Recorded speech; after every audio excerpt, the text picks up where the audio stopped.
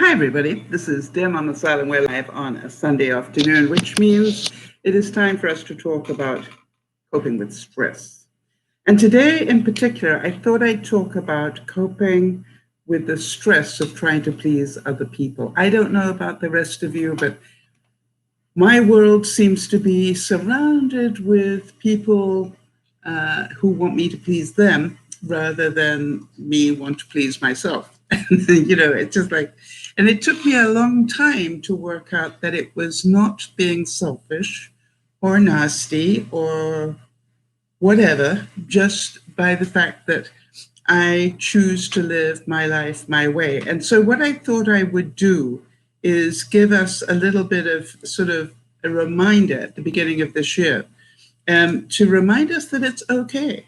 And the coping with the stress of pleasing others, for me, mostly, if I think about it in my lifetime, it's been about the way I choose to live my life, the weight I have. Oh, for years, it was because I smoked, and then, of course, now, because I'm pre-diabetic, a lot of it has to do with the stress of being pre-diabetic, and Christmas, has caused me a lot of stress. And then I've put on myself. It's not about pleasing others. That one I've put on myself.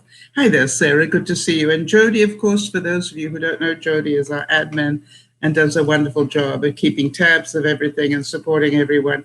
So I found this quote by Wayne Dyer. And hi, Rinsky. I quote Wayne Dyer a lot because I like, I can remember when I first started reading his stuff, it really was an eye-opener for me. And this is what he said: you can't always control what's going on the outside, but you can always control what goes on in the inside.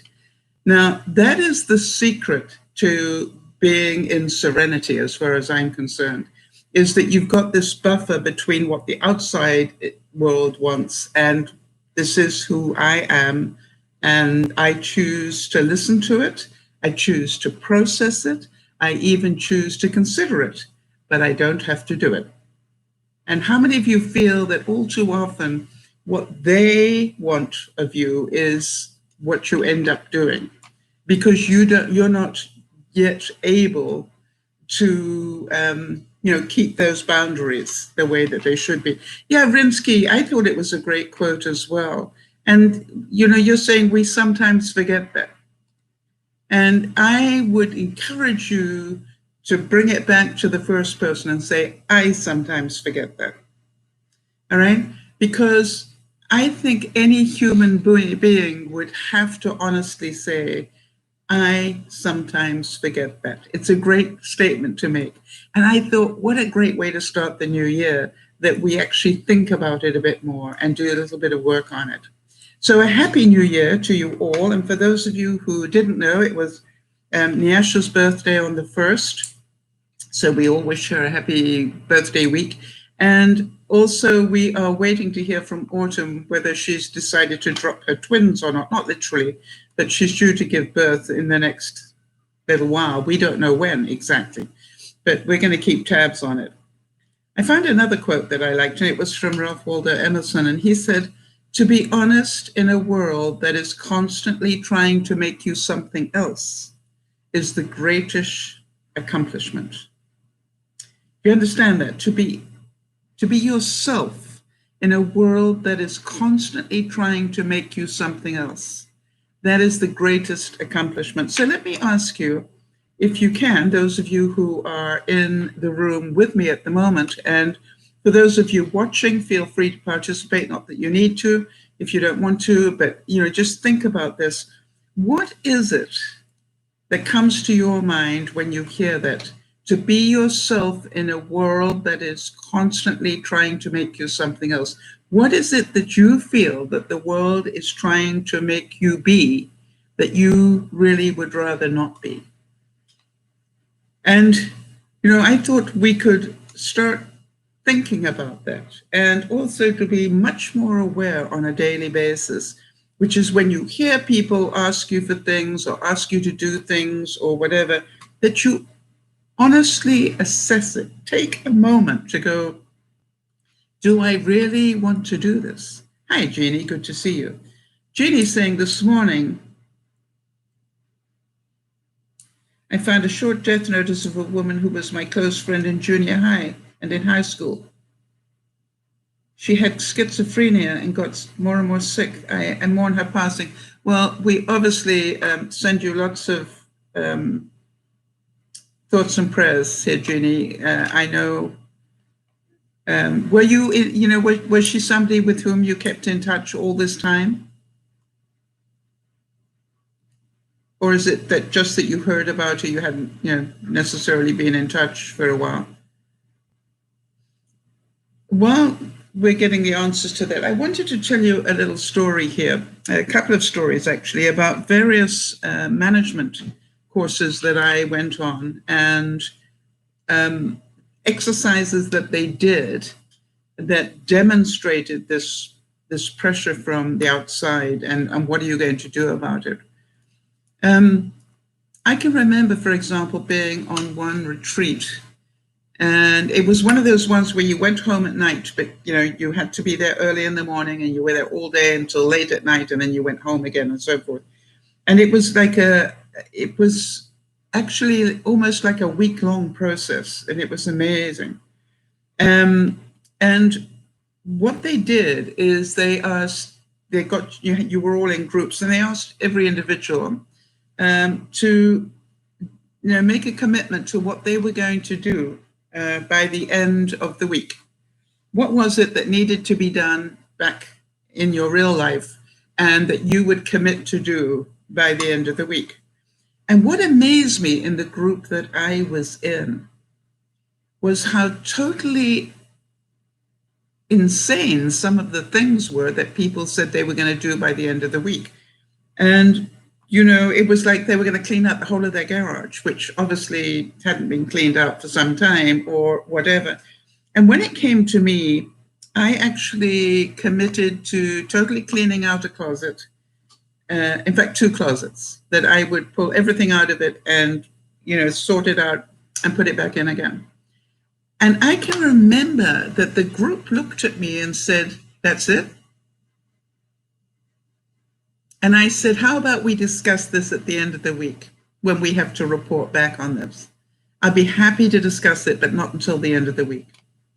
And you see, I left it until the end of the week because guess what? By the end of the week, all my other participants in my group were just absolutely stressed out because the things they'd committed to was way more than they had time for. And so instead of this being a positive experience for them, it was actually so filled with stress. And at the end of the week, when I listened to all these stories, I left my little part of it till the end. And I said, I'd now like to talk to you about the question you asked me at the beginning of the week, which is, why did I only commit to cleaning out 2 closets? And my question to you now is, do you understand why I committed to cleaning out just 2 closets? If I'm working all day long and I'm here every night for 4 days, plus this, that, and the other, do you understand that I knew I would not have time to do even that properly, but I would have, I'd make the time as far as I could. And they sort of looked at me and went, true. And I said, it's not just that small goals may be easier than a huge commitment, Jeannie, although I appreciate that comment. What it is what is realistic? All right? It's not a case of what could I do if I brought in 16 people to help me and had 3 weeks to do it in. No. In that split second when they asked for that commitment, I very quickly thought, wait a minute, I'm working all day. I'm going to be here at nights. Then I'm going to go home to sleep, hopefully. When am I going to have time to do a whole lot? But I'll make 30 minutes a day to just, quickly go through the closets. And at the end of it, I have to admit that all those people that judged me so harshly at the beginning, they all said, you're right. I said, you know, I've fallen foul of this little trap too many times in my life where I overcommit. All right, so Rinsky saying, I used to think my parents wanted me to be a lot of things. Turns out it was my perception, and I tried to do all this to make my parents happy, forgetting to find out how to make myself happy. Oh, if you have learned this at your age, you are so lucky. You are so lucky, Rinsky. All right. And I cannot tell you how many people over the years I have sat and talked to, and they're busy telling me what they are doing to please their parents. And I keep saying, yes, but if you didn't have to please your parents, would you be doing this? No. Then why are you doing it? Well, my parents expect me to become a doctor or a lawyer or, you know, whatever. And I'm going, but if that's not what you want to do, why are you doing it? And the answer is because that is the parental expectation. And, you know, I think almost everyone that I had that discussion with, I said, do me a favor, get the piece of paper if that's what they want. What they really want is you to have a good enough job. If you really were able to sit down and talk to them about it, and one day I hope you do, what they want is that you have a good enough job that you're secure and therefore happy. And in some cultures, Asian cultures, for example, you know, that you will be able to support them for the rest of their lives in the manner to which they'd like to become accustomed, you know. And so it's like, you know, it is a really interesting dynamic in my view. So I don't know if any of you relate to that. So remember this. When somebody asks you for a commitment, try not to overcommit. You will be less stressed if you make it realistic. And I've had people say to me, oh, Sal, you know, by Friday, we'd like you to do this, this, this, and this. And I'll burst out laughing. And I said, yeah, so would I. But I'm not going to be able to do that. I don't have that sort of time. And it's interesting how people react to that. Yeah, and I just say, yeah, I'm sure you'd like me to do that. It's not realistic, but I'm sure you'd like me to be able to do that. By the way, who are you giving me to help me? If you want it done by then, I certainly will manage it. If you give me the people that I can delegate it to that can do it. Yeah, sure. So to me, it's my job to keep it realistic. Does that make sense? The way that I stop people pleasing is to know what I am capable of and not overcommit.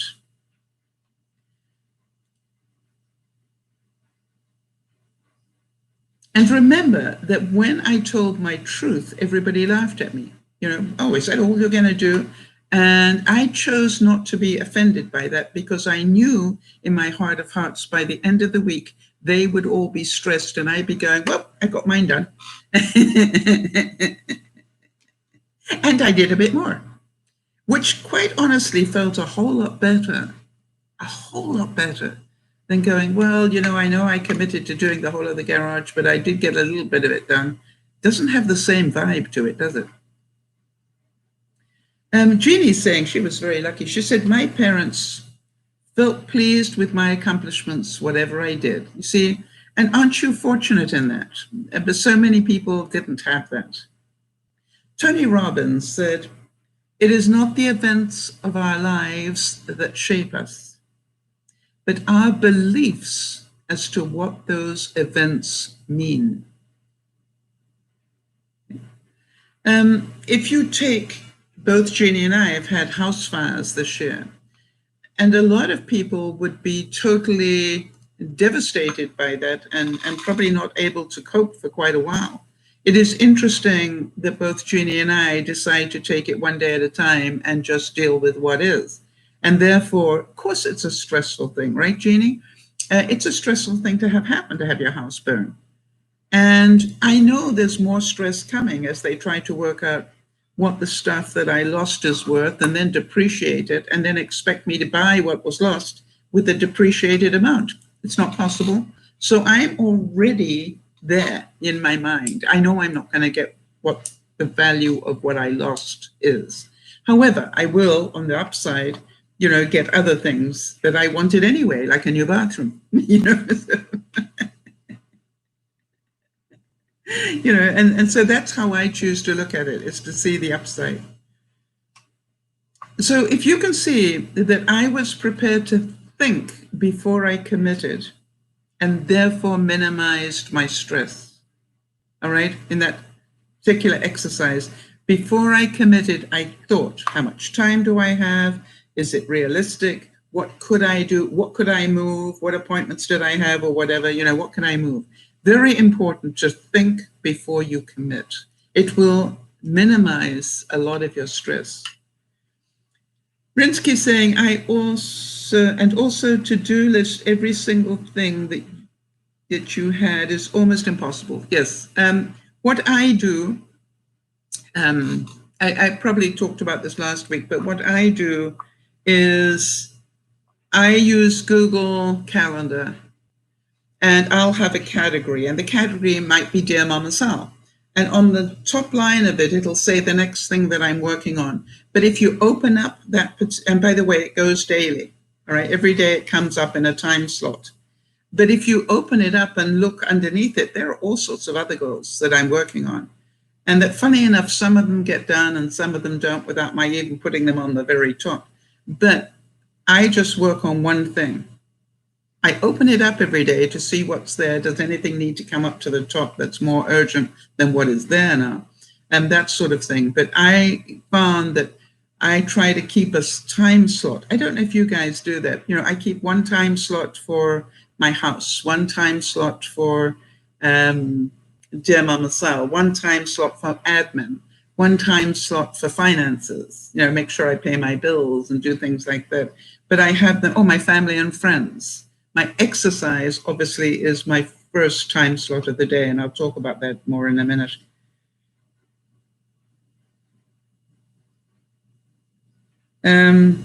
All right, so Jeannie's saying there was an antique doll on a guest bed, burned to a crisp, and we forgot until we thought of it again.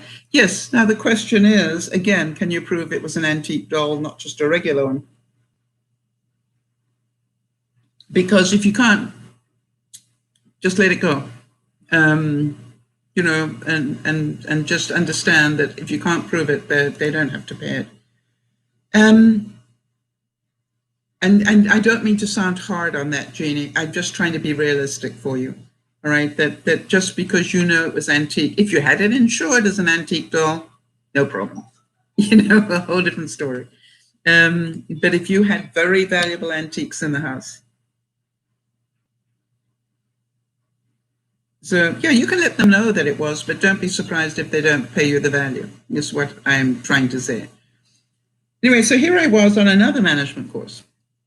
And this one was one that was away for the weekend. And the first morning, they made us get up at some unearthly hour, for me. Oh, that's my drive.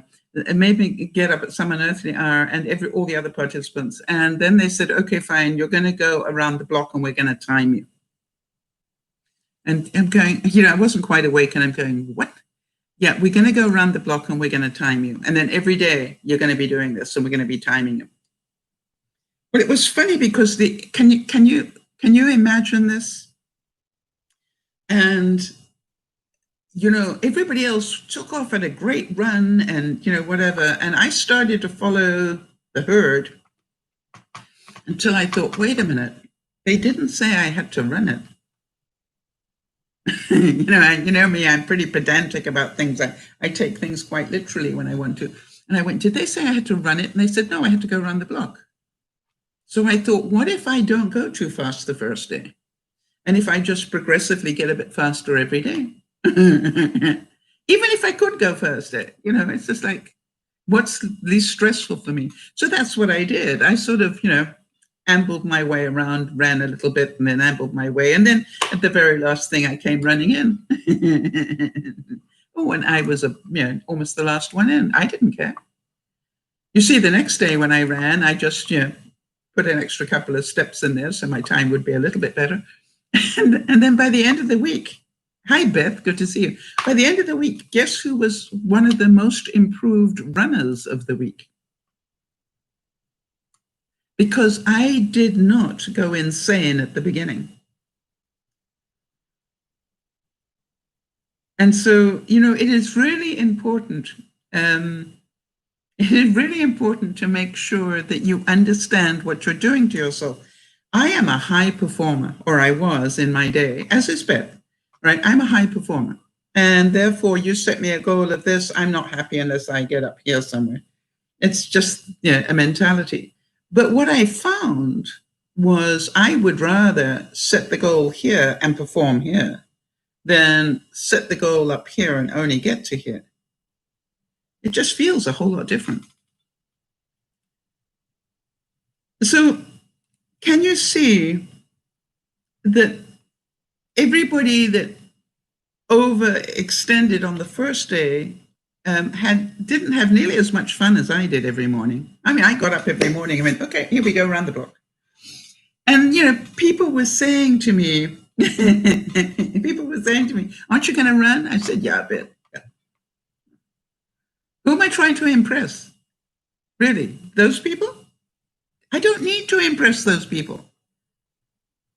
By the way, I can tell you this now. I've just thought about this. They had one exercise that they did. And I remember this exercise. I will remember it till the day I die. And I did the exercise to the best of my understanding. And then somebody looked at it and said, no, this isn't good enough. I said, I beg your pardon? No, this isn't good enough. You need to redo this, this, and this. And I said, really? Based on what information that you didn't give me the first time? What? And I said, well, the information you gave me, remember I've got, still had quite a good mind in those days. The base information you gave me was this, and this. Did I do those things?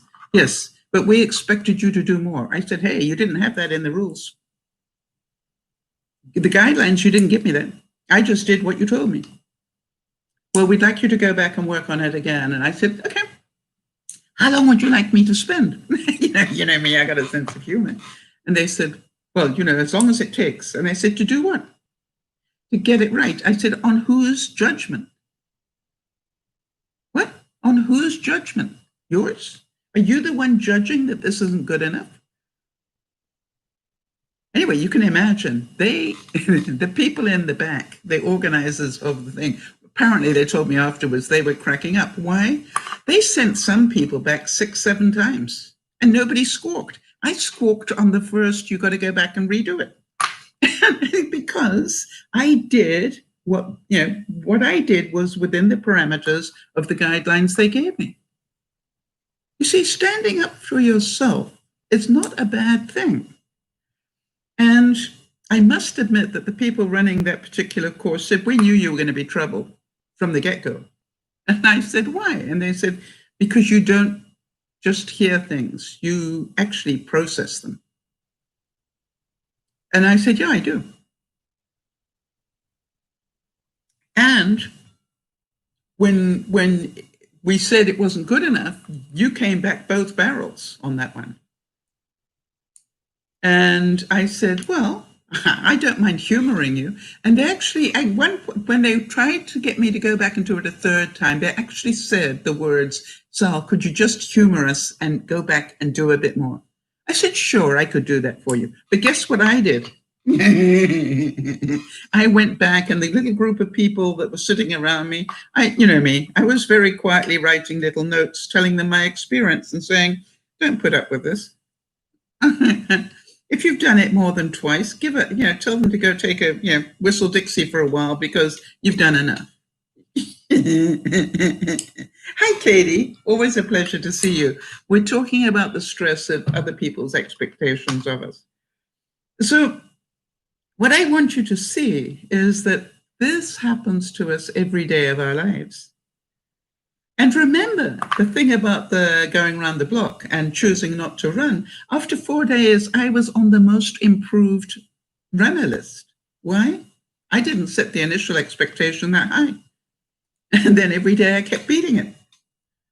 So I look at you all and say, how many of you are amazed that I am now putting in 30 to 45 minutes a day of exercise that I wasn't doing 2 months ago.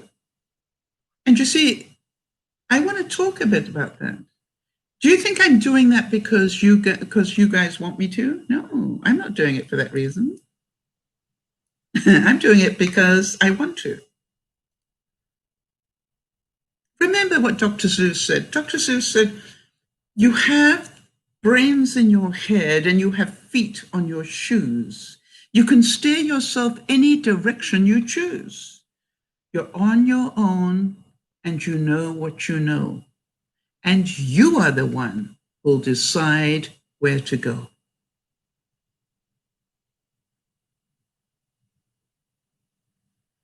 Yes, Katie's saying, and Katie, that's why I'm really glad to see you here. Katie's saying, I ride my bike every day for me, not for anyone else.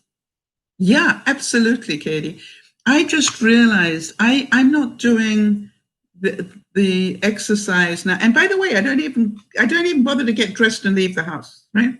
I just, yesterday I was walking around a lake in Croatia, because I found they've got these incredible walks that you can do that are made for people with treadmills. And I just literally stood there and I walked my way around this. Oh, it was magnificent, with waterfalls and streams and beautiful scenery. It was just magical. Today, I thought, I wonder what would happen if I put on some soft rock from, I think I did the 70s, 80s, and 90s.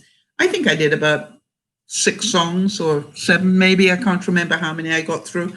But, I'm singing away to the whole lot for myself quietly because I didn't want to mess the neighborhood here. But just literally, okay, that's half an hour. That's good. I'm done.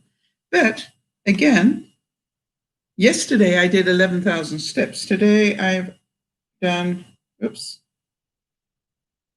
on a second, let me see how many I've done. I've done 5,000. Now, I used to do 2. See, that's the difference. And I'm not doing it because I have to. You see, I'm doing it because I started saying to myself, have you got enough discipline to do 10 minutes a day?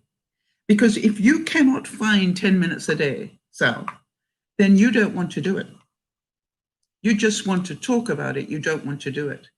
And then after I did 10 minutes for a whole week, I went, I think I'll do 15. And now, and I'm certain Katie will say the same thing, it is like an addiction in a way. It's like, I don't feel right if I haven't done it now. And I very rarely miss a day because I'm enjoying it. It's like a Zen time to me. I don't know, Katie, do you find that as well? It's like time on your own and you're not busy at the computer and everything else. And I'll talk about how I found the time in a minute. Now, how about this one? Here was another management type. I got a lot of stories about management training stuff I went on that I managed to mess up. Oh, good. Katie's saying, oh, yeah, very much an addiction. I now find reasons to get on my bike. Yes, I find reasons to go and play an extra game of something now that I found out it actually counts as steps. It's wonderful. Okay, so here we were. If you can imagine this, it was one of these sort of ones where they worked you late into the night. And the exercise was, they split the participants up into 2 groups in 2 different rooms. And what we had to do was to ask questions of the other group. And then, depending on the answer, we had to decide whether the answer was good enough or not. And if it wasn't, then they had to, we had to ask another question and they had to do another thing. And it just went on like this. But here's the interesting thing. It started about 8 o'clock at night and it was very competitive. I don't mind telling you.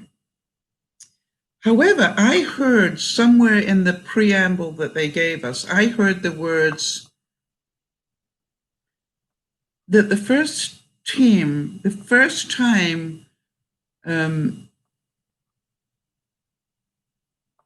the other team got 3 right, we could go home for the night. Yeah, I heard that somewhere in what they were saying. Can't remember exactly what the story was, but it had to do with the fact if we let them be right, then you could go home early, right? So you know me, I picked up on that one. Apparently nobody else did. So anyway, the first round came, and first we had to pick a leader, and you won't be surprised to hear, I guess, that my group actually picked me as the leader. And what I said was, okay, guys, if you heard the instructions, I think I have the answer to this. Let's ask them easy questions. And they said, what? And I said, let's ask them easy questions. Well, after I said that about 3 different rounds, and they said no, and I said, okay, fine, off you go. And they, I let the group do what they wanted to do. And then they came back and I said, again, let's ask them easy questions. No, they've got to be difficult ones. I said, okay, fine. Anyway, so after about 3 rounds, they decided they didn't want me as their leader anymore. And I went, okay. And I sort of, stuck to the back a bit, and I carried on participating because I knew what was going to happen. Remembering this started at 8 o'clock. At about midnight, must have been close to midnight, somebody said, what was it that Sal said right at the beginning? And I said that I wanted to go home. Yeah. And what did you work out you needed to do so you could go home? I said, ask them easy questions. Because if they could get 3 right in a row, we can go home. That's what they said. No, they didn't. I said, yeah, they did, actually. But I said, if you don't believe me, let's get one of the organizers in, and like you can if you're on a jury, let's get an organizer in and get them to reread the rules. And guess what? They did. And guess what was in there? If the other team gets 3 right, you can go home. And the light bulbs went on. They were so busy being competitive. So competitive that they were going to be up all night. And me, I just wanted to get home. Do you understand the difference of stress level? Rinsky saying, I rollerblade 6 miles in 25 minutes. Wow, that's amazing. I sit down to rest halfway through, but today, when I sat down to rest, very tired, I started to see blinking lights in the background went black. Do I know what this was? No, I don't, but I'd be talking to an ophthalmologist, an eye person about that. Katie saying partially, Katie used to be an EMT, so she would know. Partially dehydrated, drink beforehand. It's also quick flow of blood to the head. Yes, Beth. Beth is saying, work smarter, not harder, my new motto. Beth, if you remember, I've been trying to tell you that from the day I met you. All right? Because you really work very hard and you don't get a lot of return for what you do. So the trick is to work smarter, not harder. Oh, Katie is a wealth of knowledge, I can tell you. I've known Katie nearly 10 years now. And, so I know of what she speaks. But I would just, if it keeps happening, obviously discuss it with your doctor or your ophthalmologist. Because, if you can calm it down by drinking water properly, that is awesome. I mean, you might even mention it. The reason I'm saying this is because of what happened to my friend recently. If you remember, I had a friend that was having trouble seeing properly, and even though he went to the ophthalmologist and did all sorts of things, it took them another 3 months to find out he had a brain tumor, and he died on Boxing Day. It's just like, don't take these things lightly. Talk about them. But well done, Rinsky. Well done on doing the rollerblading. And the thing again is, you remember this, and Katie will tell you this, and I've been talking about this, that walking or rollerblading more slowly for a longer time is much better exercise than going like a banshee at it. And that just going at a steady pace for a longer time, build the endurance, if you like. So can you understand that when I was doing that exercise, that I had all the criticism of people, displacing me as their leader and telling me I was an idiot and all that. And I didn't mind. Why? I knew what the answer was. I knew it at the beginning. But, they didn't want to listen to me, and that's their right. You understand? That's their right not to listen to me. I can't force them to listen to me. But I can assure you, 4 hours later, they wanted to listen to me again. And I just repeated what I'd said 4 hours earlier. If you want to go home, give them easy questions. Quite simple. As I said at 8 o'clock. But you guys are all so competitive. You think this exercise is about winning. It's not about winning. It's about letting go. And how much of our lives do we make our own stress? And again, the organizer said to me, you were the only one to see that it was an exercise in letting go, not an exercise in winning. I said, yeah, but life is like that, right? We're so busy trying to be right. We're so busy trying to win. We're so busy trying to be number one for whatever reason, when quite honestly, life is different. Katie is giving us a bit more feedback. She's saying water is great when you're exercising. Also, adding electrolytes is better. She's saying don't go for Gatorade, too much sugar and additives. So Katie's saying, I was 220 pounds 3 years ago. I sold my car and started riding a bike everywhere. It was a slow process, and I'm now 150 pounds, and I ride 6 miles every day and 15 on my days off. It was so difficult at first. Katie, we are so proud of you. And it's the same thing. It's like, can you imagine? Jody has lost over 110 pounds and she can't even walk.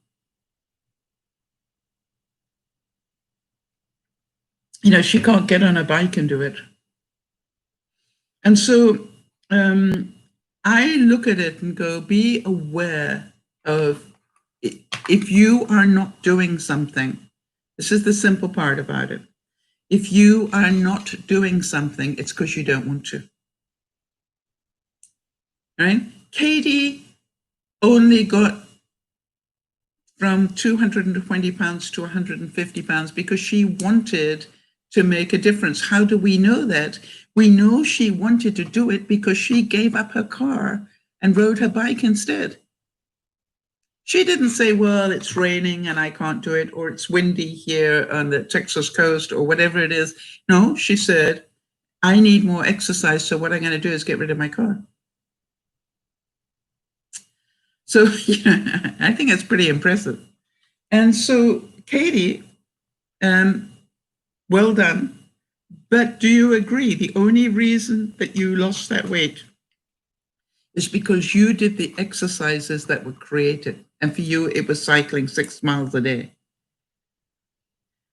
I said a couple of weeks ago, when I was at the other house before it burned, I was doing 5,000 steps a day. And I was down to 2,000 here.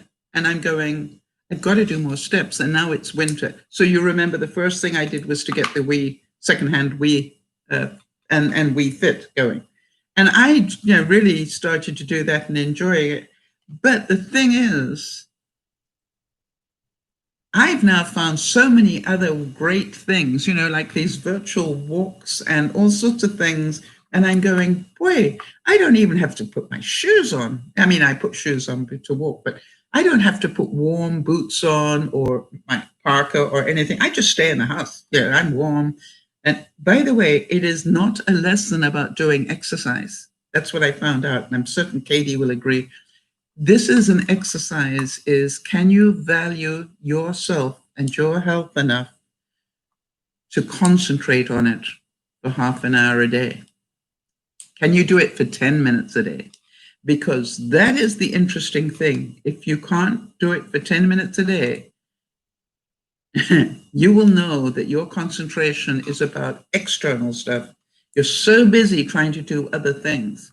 You are not the most important thing to you. All right, so Katie's saying exactly. That's what worked for me. I fell in love with it. I also walk at work all day, about 20,000 steps. You can always make excuses, and I did. That's what Katie's saying. I found so much respect for myself. I want to say that, Katie, when I realized that I wasn't doing the exercise to lose weight or to drop my blood sugar, very nice if both those happen. But I realized I was doing this because I felt better when I did it. You know, I felt that I had achieved something every day, which when you're in lockdown is important. George Bernard Shaw said, life isn't about finding yourself. Life is about creating yourself. So what is it you want to create? What is it you want to create in 2021? Right? Not excuses. You know, if you're giving an excuse, you don't want to do it. But what do you want so passionately that you will stop giving excuses? Let's hear it from you guys. What is it you want to do this year and that excuses won't have room in your life for this one? Katie's saying, you have to make yourself the most important thing in your life. It's not selfish. It's the most important thing. Anything you can do to make yourself a priority and create the life you want. Absolutely. Absolutely. So, you know, but you know, Katie, if you had told me this last year, I wouldn't have understood it the way that I do now. And, you know, part of me goes, did I need to have the fire in order to be able to learn this lesson? I wonder. So here's the question I have of all of you. What or who is causing you the most stress this month? Think about that. If any of you want to give me some feedback on that, that's great. What or who is causing you the most stress this month?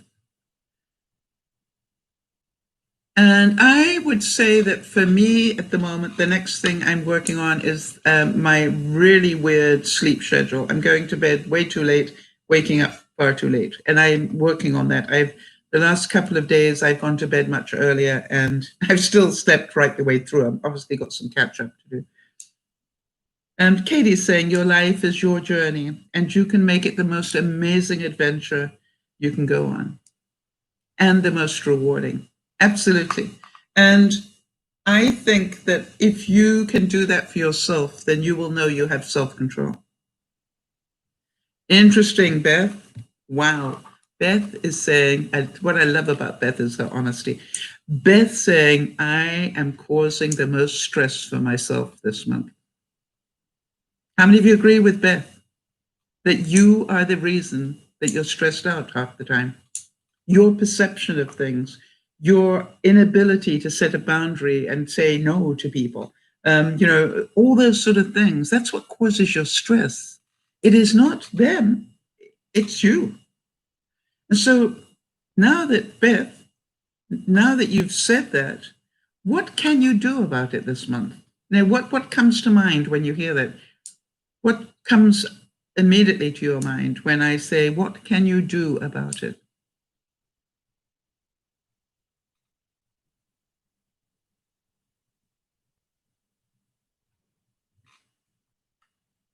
Yeah, and Katie's saying, you know, that's true, Beth. You decide how to react to the world and the people around you and who invades your inner peace. Yeah, it takes a long time to learn that one, doesn't it?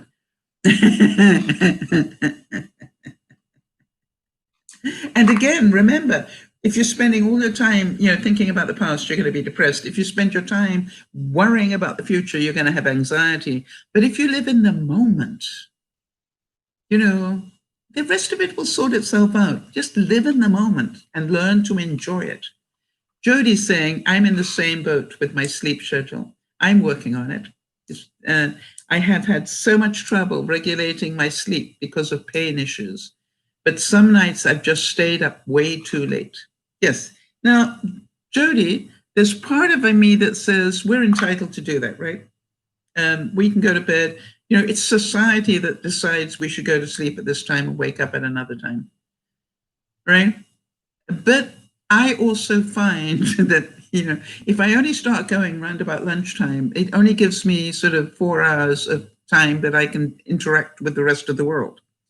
If it's to do with anything business related, right? I'd prefer a slightly larger window. However, I must admit, one of the things I've got really stealth at now is that I write a lot of emails late at night, and then I schedule them to be delivered 8 o'clock the next morning, so people, you know, will get them first thing, but I'm fast asleep when they're doing that.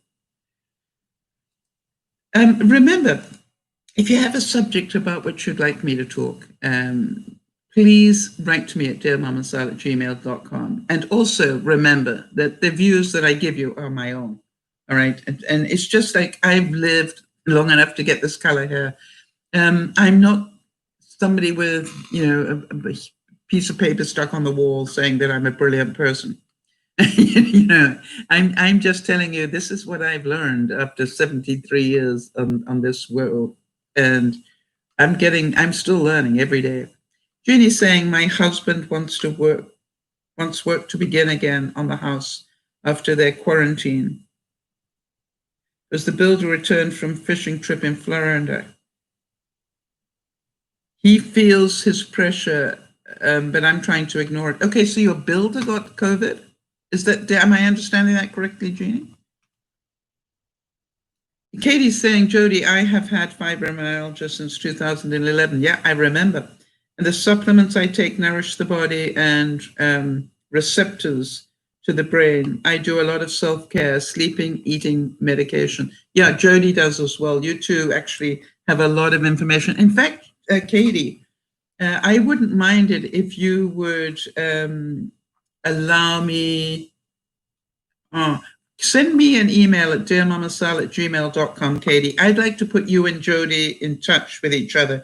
The reason is that I've decided that I'd like to do a broadcast about dealing with pain. And, you know, those of you who suffer from pain, it would be really interesting to hear the things that you have discovered. You know, obviously, you know, some of it is handled by pain medication, but I know enough about both of you to know there is no way that it's just pain medication that you're dealing with. I know that you are doing incredible things to help your body and distract yourself away from the pain. So I thought I would do a broadcast talking about those sort of things and why it works. Robert Frost said, and listen up to this one, people, never be bullied into silence. Never allow yourself to be made a victim. Accept no one's definition of your life. Define yourself. How many of you know that you get bullied into silence? Maybe I had that in a marriage once, where anytime I opened my mouth, I was told I was stupid. And, you know, if you listen to it enough times, you start to believe it. And so, you know, that's why I'm not married anymore. And how about never allow yourself to be made a victim, right? You can speak up. Jeannie's learning to speak up for the things she has lost. It doesn't mean she's going to get the fair value replaced, but she at least is making sure she is heard. This is what was in the house. And, you know, there are two different issues there. One is to be heard. The second is to be understanding of the rules of life, if you like. Katie's saying, I don't take any pain medication. I'm completely on natural minerals for each part of my body to deal with it. I have never felt this good. That is awesome information. Let's share it, okay? So if I'd really like to put you two together, and then you two come up with the basics that you would like people to know about, and I'll put that together as a broadcast. Rinsky saying, yes, my father always told me I'm stupid when I was growing up. He even made fun of my having a BA. Yes, isn't that terrible? Nyasha lived like that all her life until she joined us here at Dear Mama Sal. She was constantly told she was stupid. She isn't stupid, not by any matter of means. Oh, okay. So Jeannie's saying her builder didn't get COVID, but went out of state, therefore mandatory quarantine upon his return. Yes. And so therefore the building slowed down. But I can understand why York is upset, but I also understand that a lot of people, went away, regardless of being told not to travel, whatever. A lot of people did that. Jody, I was hearing something about New Hampshire. Oh, yes, that your governor has decided not to have an inauguration because he doesn't want to spread the COVID. Good for him. Katie's saying, I grew up in a very abusive household, mental and physical, married into the same situation. It took years to repair the mental damage, and it's always a work in progress. Yay, you and I are on the same wavelength on that one. But I also believe, Katie, that, when you didn't know any better, all right, when you didn't have the knowledge, the tools, the mental fortitude to be able to do something about it, I don't see there can be blame. It wasn't that you were stupid. It was that you weren't strong enough in yourself. Even if you'd heard it, the funny thing is people say, how can you stay in an abusive relationship? And I look people straight in the eyes and I say, very easily. I've done it. Oh, Sal, there's no way that I said, believe you me, I have done it. And the answer is very easily. If you think that love is more important than your self-respect.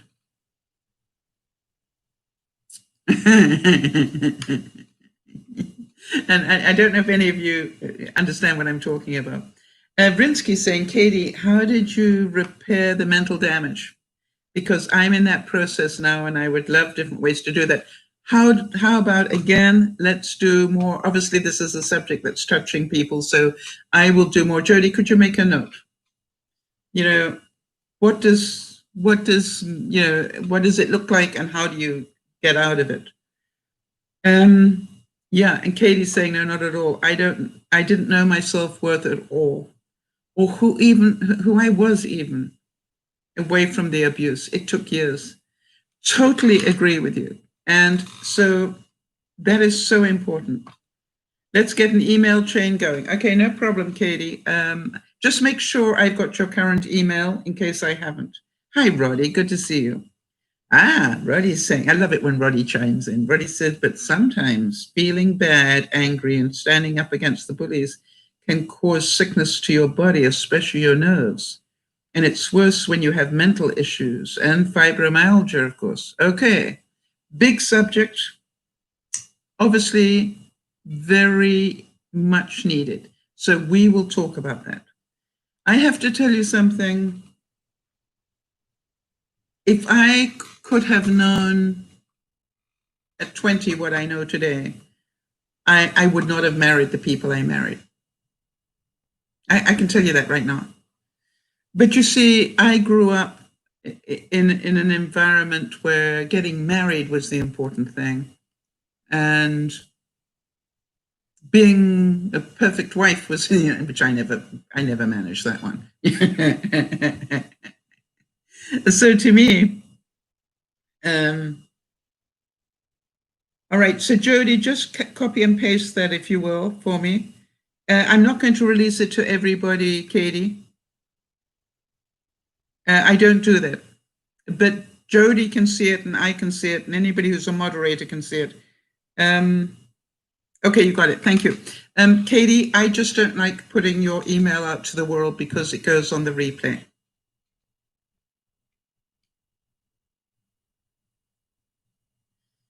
Okay, so Brodie's saying, I love it when I join in too. I think you've known me a long time, Katie. You know that people's privacy wherever I can protect it. It's really important to me. And, it's like, even if you say here, I give you permission to let Jody have my email, all right? What I will do is email you. Actually, Jody now already has it, but what I would normally do is email you and say, Jody wants to talk to you via email. May she do that? Here is her email. She's given me permission. Because to me, as you know, I don't even tell good news or sad news to people without checking with them first. It's very important to me. It's just who I am. How many of you are aware that other people still have a large influence on your life? And is that okay? You see, I think there's a bit of a balance here. And I was thinking about, when I changed communities, from living in the house that I was in and sold a year ago. And when I moved from there to my new community a year ago, I gained new people in my life, and they had different influences on me. So I think when you look at it, we will always have those influences, all right? But what we're talking about is how you keep yourself solid. I was saying, and I say it regularly, hi, Ellen, good to see you. That my greatest joy is to know that I control what I do. Other people can be really horrible to me, but I still choose whether to let them change who I am. So they can be really horrible to me, and I can go into a revenge mode to get even, or I can say, hey, I understand you're angry, but I have bad news for you. I'm not going to change who I am just because you're angry. This is who I am, and I like who I am. I'm a good person, not perfect by any matter of means, but I am a good person, so I am not going to let your behavior mess with mine. And the fact you're never going to write to me again, that's your right. I'm still going to send you a birthday card. Katie's saying, I had to learn to let go of people that were tearing down my spirit. Yep. Family included. It's hard because you have these attachments. Absolutely, Katie. Never let the world or people harden who you really, truly are. Yeah, and that is the conversation I have with people. Just because other people are being nasty to you does not mean you need to be nasty back. We want to get them to understand, all right? Hey, I want them to know I'm a nice person. If they've decided you're not, it doesn't matter what you say, they're not going to change their mind. Maybe over time, but the only way that you will change their mind is to be the role model that they wish they could be. And by the way, my experience, half the time, the reason people were so nasty to me was they were jealous. Goodness only knows why, but they were jealous and they wanted to have what they thought I had. And so they'd attack me. I used to be a lightning rod for so many things and so many people. And what I realized was that the people I thought were my friends were not my friends at all. Believe you me, I found out who my friends were when my house burned.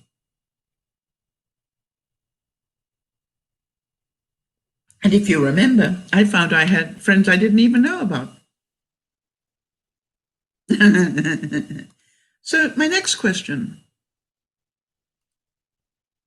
Are any of you coping with new habits this week? We decided that we had a quote on Friday that said, January is chapter 1 of 2021. All right?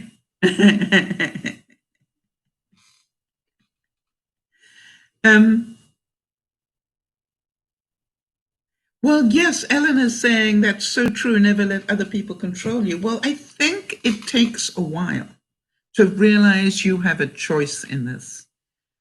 Yes, but they did this, and it doesn't matter what they did. Doesn't matter what they did. If you change from being a nice human being because of what they did, think about that. They had control of you. You know, if their bad behavior made you act badly, that isn't on them. That's on you.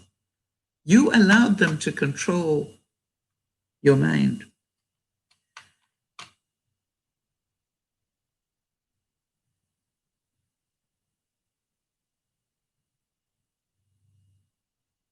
Oh, isn't that cute? Jeannie's saying, I'm somehow doing well with my 2 grandsons. Oliver, one of her grandsons, rolled up a paper plate and told his mother, "This is for Grammy. If you look inside, you'll see a bird." And Oliver is age 6. Yes, children are so incredibly kind and generous. You know, whenever I think about that, I always think about the twins and the day that Mia wouldn't touch me one day when I was there. And it was so unlike her. And she kept going like this and not touching me. And I didn't understand why. And I had to get Mommy in to translate for me because, you know, I sometimes don't speak twin speak. And, you know, with my hearing and age and everything. And so I said, "Mommy, I wonder if you could, you know, help me here." And what it turned out was that the reason that Mia was not touching me was because she had had some snacks that she knew had garlic in them. Now, if that doesn't bring tears to your eyes, and she knew I was allergic to garlic, and if they had anything with garlic, they were not allowed to touch me. I cried then. I'm still crying now. I cried then. Right. And I said to Mia, "I didn't know you loved me that much. Thank you." What incredible behavior. What incredible responsibility. What incredible love from her at that age. And, you know, I wouldn't expect an adult to be that aware, never mind a child. So in terms of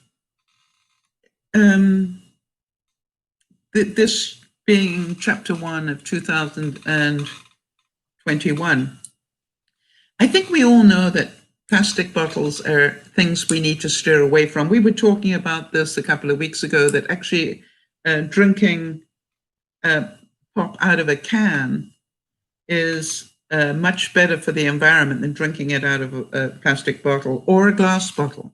And the reason is because aluminum can be regenerated so many times. You know, you can recycle it so many times, whereas glass is very heavy, so it costs more to transport. Also, it breaks more easily. You know, it was a really interesting discussion that we had. So here's my green tip of the week. Here's the green tip. I'm pretty certain that you all know that plastic straws are the next thing that we're all looking at. So how many of you still use plastic straws at home, first of all? How many of you still have plastic straws at home?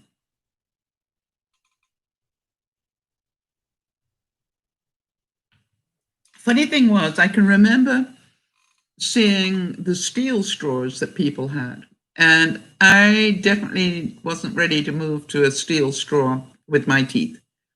So, but I am very pleased to tell you that I have managed now to swap out my plastic straws for silicone ones.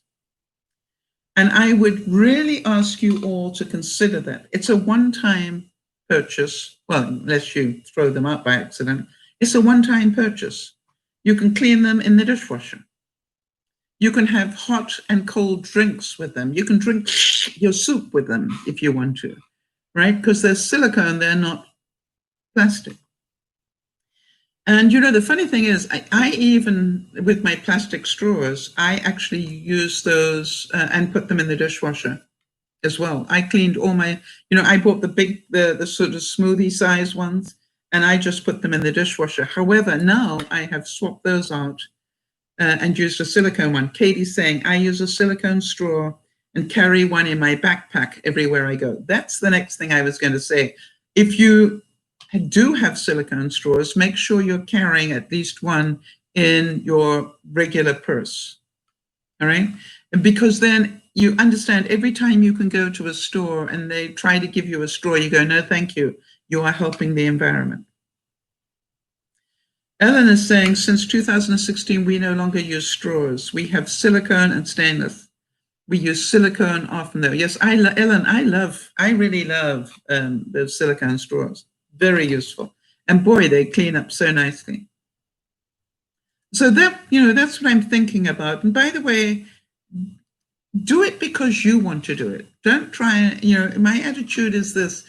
I keep taking, what one more step can I take?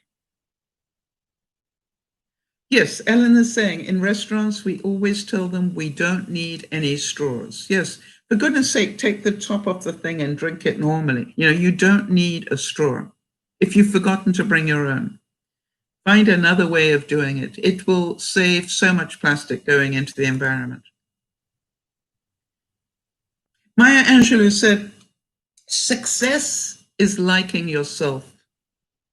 Liking what you do and liking how you do it. How about that one?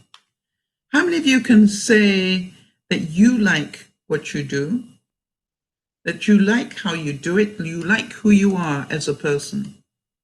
Or are you still a work in progress? Katie's saying, I love Starbucks, so to help the environment, I have my own reusable cup and my own straw. Exactly. That's the whole thing. Take a reusable cup. If you're a Starbucks person, take your own cup.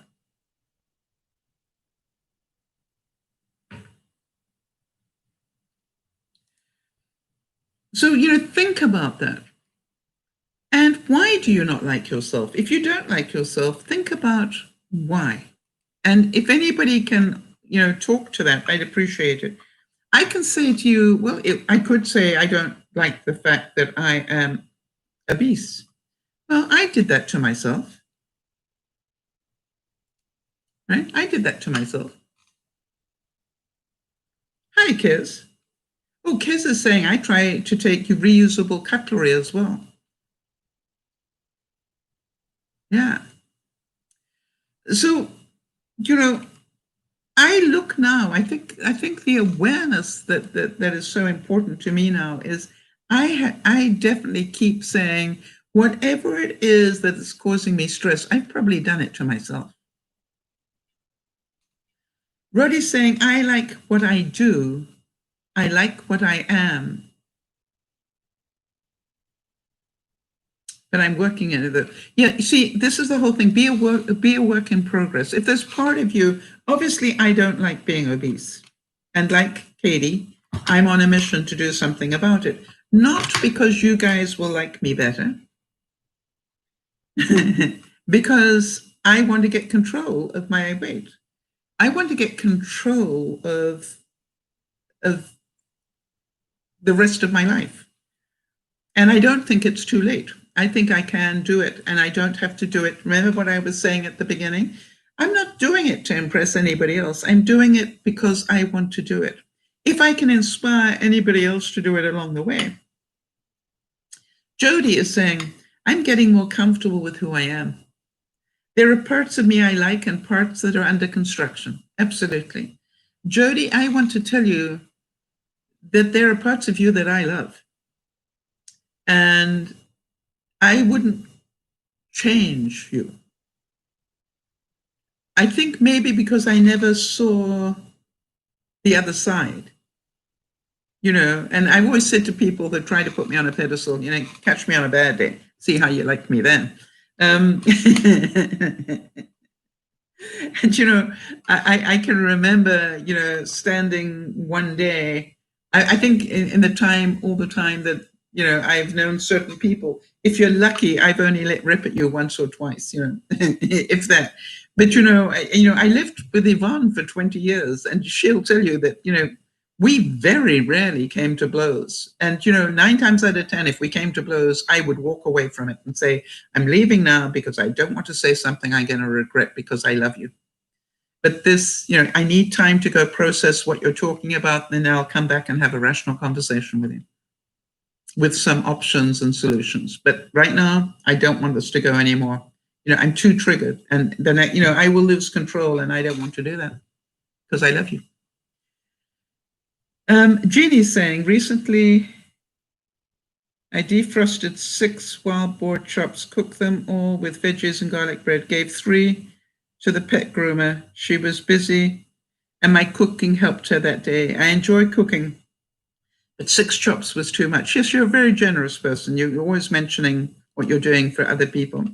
Katie said, I'm going to be 45 this year, and just the last couple of years, I'm coming into my own. It's never too late. Yeah. And look at me, I'm going to be 74 this year, and I'm on a mission as well. All right. And Jody said about the fact that, she said, you've never seen me with my horns on. It happens. It's about balance. Yes. But I'm also smart enough not to anger the beast. Think about that, Jody. I don't mess with those bees at all. I let the bees do their thing, right? I'm not messing with that beehive because I know that we all have 2 sides, and you just have to know what triggers people. That's the thing.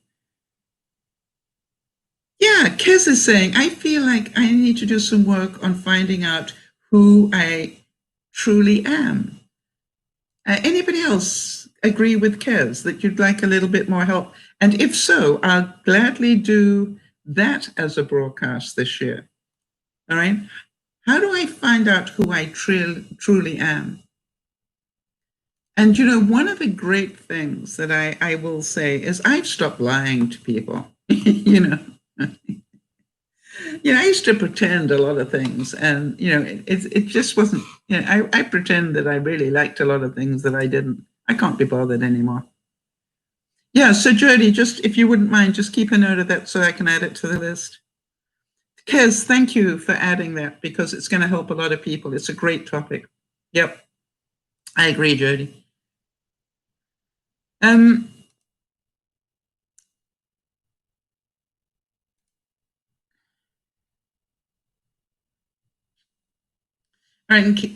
Katie's saying, Kez, you definitely do.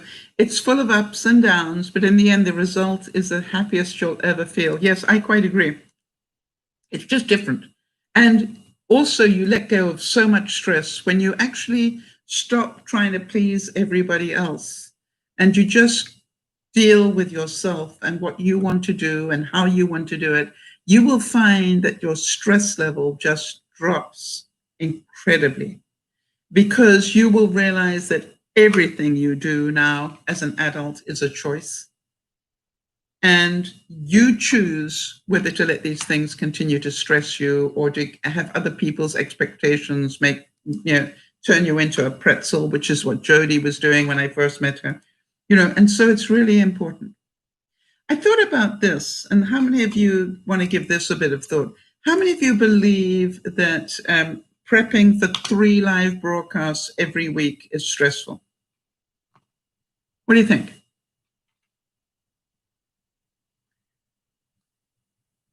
Oh, never mind prepping for them. Then think about actually doing them. So first you've got the prepping, then you've got 3 live broadcasts. That's 2, 4, 5.5 hours of live broadcasting. How stressful is that? And then you've got the tweaking afterwards. So how many of you think that that is stressful? Katie's going, definitely.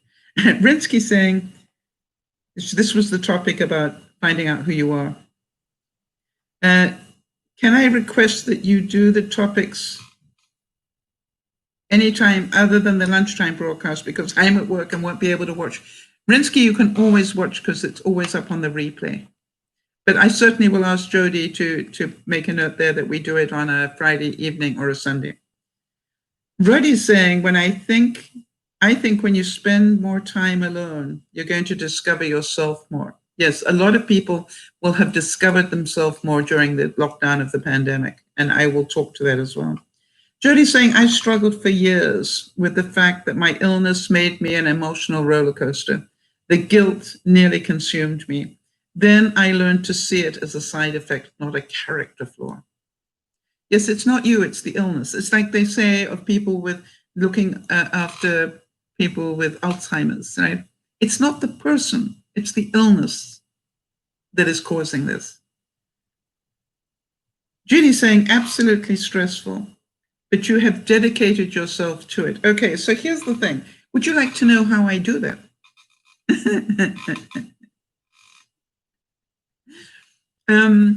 You know, and I wondered about whether you would like to know how do I do that? How do I cope with the stress of putting together that many hours of live broadcasting? Because, you know, I can tell you when I tell people that I do, you know, that many hours of live broadcasting every week, they roll their eyes at me. And they say, how do you find enough stuff to talk about? And I go, easily. And Jody will tell you that she even offered to help me and did for quite a long time. But, you know, I found it more stressful having somebody help me. Isn't that interesting? Why? I couldn't do it my way.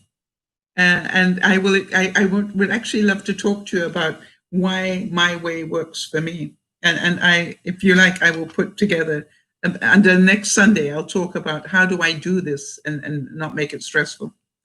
Ayn Rand said, learn to value yourself, which means fighting for your happiness.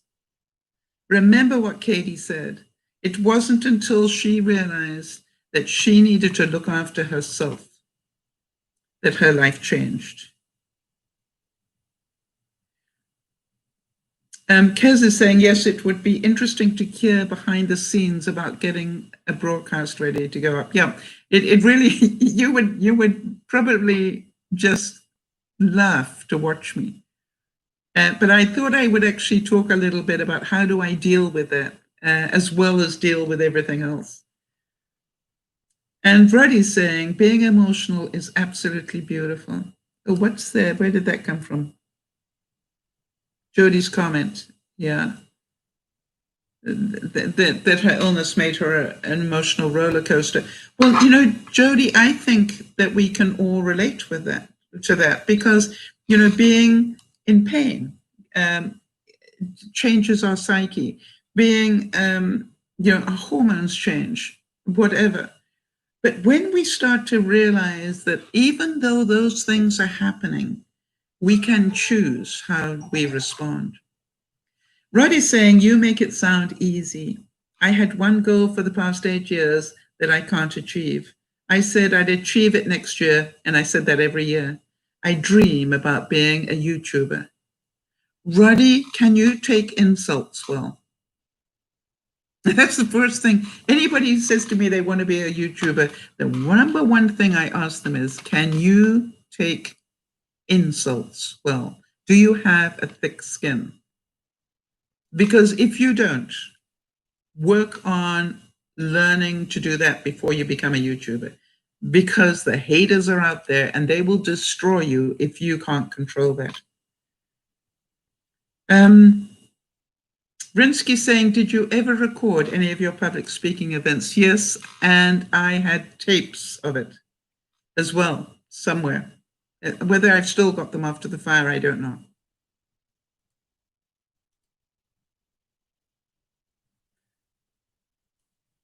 So what I want you all to understand is they are always going to be out there.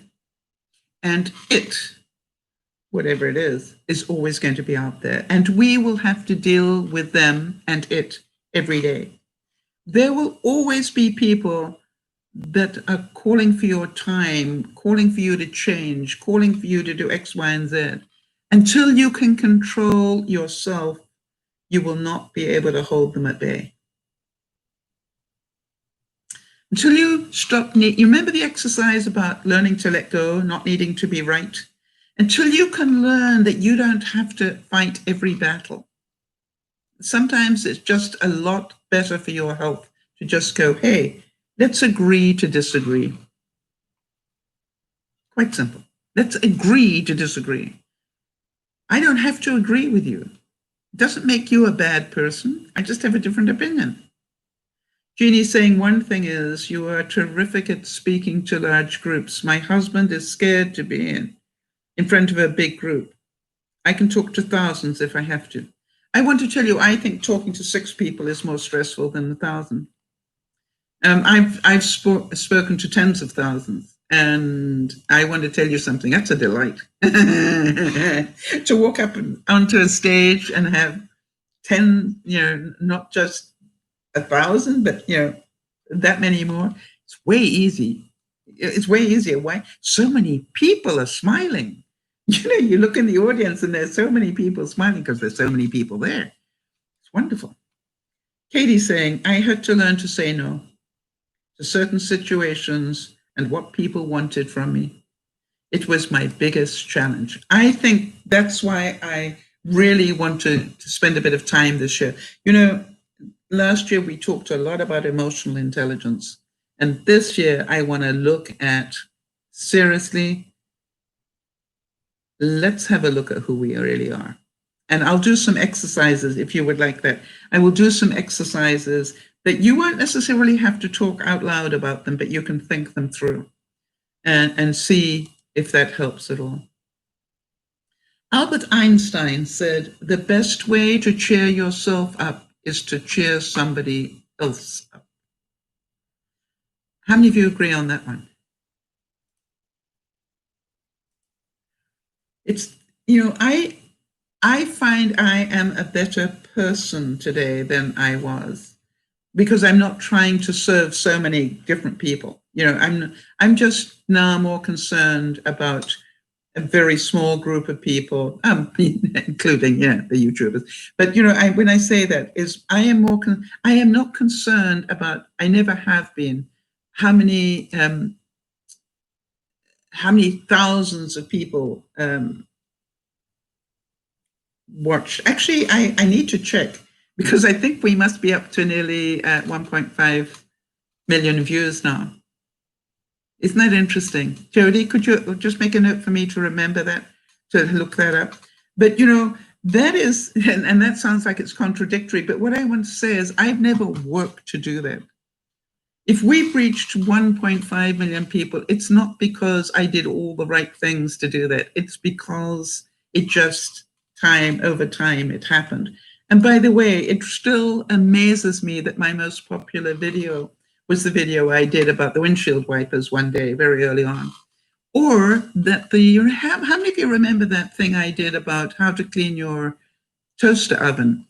That's a silent sleeper thing that's coming out of nowhere. Or the day it's 1.4915, 1,491,576. We're getting there. We're going to be there probably by spring. Isn't that exciting? Only because it's just a number, right? Yes, Jeannie's saying, reaching out to others always helps me feel good. Right now, I am terribly miss being a lector. That's in her church. Bob Marley, well-known philosopher, Bob Marley said, live for yourself and you will live in vain. Live for others and you will live again. Now, how many of you think that's contradictory to what we're talking about? You see, it's not about not living our lives for others, all right?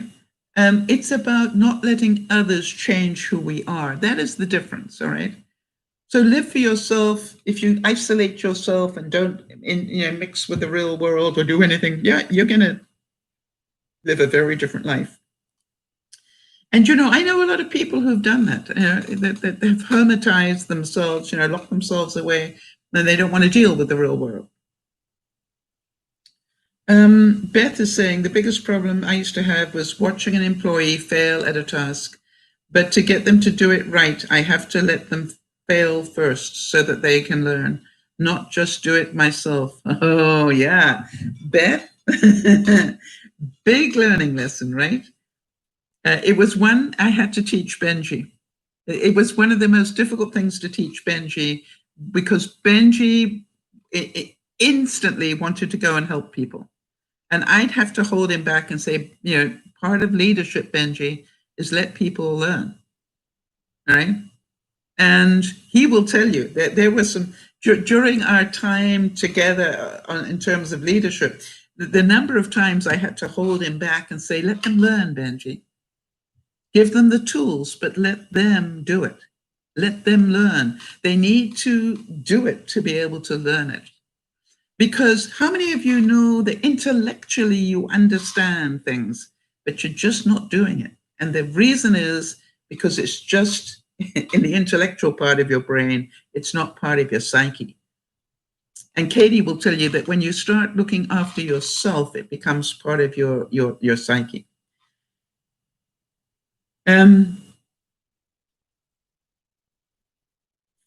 So Katie's saying, I totally get that, Beth. I was the same way, but I learned by doing it myself. So other people need the same space and opportunity for their own growth. Absolutely. I totally agree with that. Beth is saying they become more accountable for their actions. Therefore, they are more motivated to do a good job. Most people will, I always used to say, Beth, and I think I mentioned this to you before. I'm just checking the time because I got to get for dinner. But one of the things whenever I employed people, I would ask them for their bad points. And people would look at me and say, what? I say, I know some of your good ones because, I interviewed you and you made sure that I knew about your good ones. But what I want to know is, what are your bad ones? And their people were very hesitant. And I said, wait. The reason I need to know what your bad ones are is, number one, can I help you with them? Number two, how do I cover for them? Number three, do I have any experience of them that might, make you realize they're not your bad points? And I always talked about the fact that I always thought that my 3 bad points were, number one, I talked too much. Number two, I didn't have any supposed qualifications. And number three, I was too honest for business. Until somebody stopped me and said, Sal, if your most natural talent is talking, why are you not talking for a living? I remember that day. And I looked at him and I said, what? He said, if your most natural talent is talking, why are you not talking for a living? And I said, what would I talk about? It wasn't no. What would I talk about? And he said, why don't you talk about being a success without any qualifications? You could be as honest as you like. It would be your story. It changed my life. And I became a public speaker. And I found out it paid way more than what I was doing before. All right, I've got to go, but very quickly. Rinsky's saying, I have an idea. Like when you read the quotes during a broadcast, can you maybe share with us like a Benji's Chronicles, things you have taught Benji? I get a lot out of the things you taught. I try to sort of throw those in as today. With the management things, I try to show you that I was always different. I never went with the herd. All right. And that's part of why I think I stood out to a lot of people. Roddy's saying, I stop people from doing things to me because I want to learn. And people think I don't trust them. It's actually part of the story. Yes, I think too many people try to save other people in as much as they try to do it for it. Beth will tell you, from the day I met Beth, I kept saying the reason I feel so strongly about Beth is because she, I could see myself in so much in what Beth was struggling with. And I knew that I could tell her intellectually some things, but she would have to work her way through them. Does that make sense? And so Beth has always known that if she's got an issue, she can always come back and check in with me right, for the next step. But, but Beth will tell you that from the day I met her, I'd feed her a little bit and let her play with it. And then then she'd come up with the next thing in her life and I'd go, yeah, but have you thought about this one? And it's interesting because she has almost changed direction in an amazing way. But she's done it at her speed. Beth is saying, thanks for giving me the poo noodle onto the head. It worked for me, Sal, always in my thoughts, even though I'm not here very much. You know something? I know that, Beth. And I also believe very strongly that whenever you need me, you know where to find me, because I made sure of that. And I know how busy you are. I've got to go. I've got Chinese waiting for me. And not people. Well, yeah, actually, and people, but the food. I'm going to go and have dinner. So everybody, understand that just because we're not going to let people influence and change who we are, we do need people. We definitely need people. People who need people are the luckiest people in the world. Remember that song? So here we go. I'm going to go and be with real people, socially distant, and have a meal. It's my one joy of the week. So, love you dearly. Remember that we definitely need people, but when we become accountable, our lives are less stressful. This is Dear Mama Sal saying, bye for now.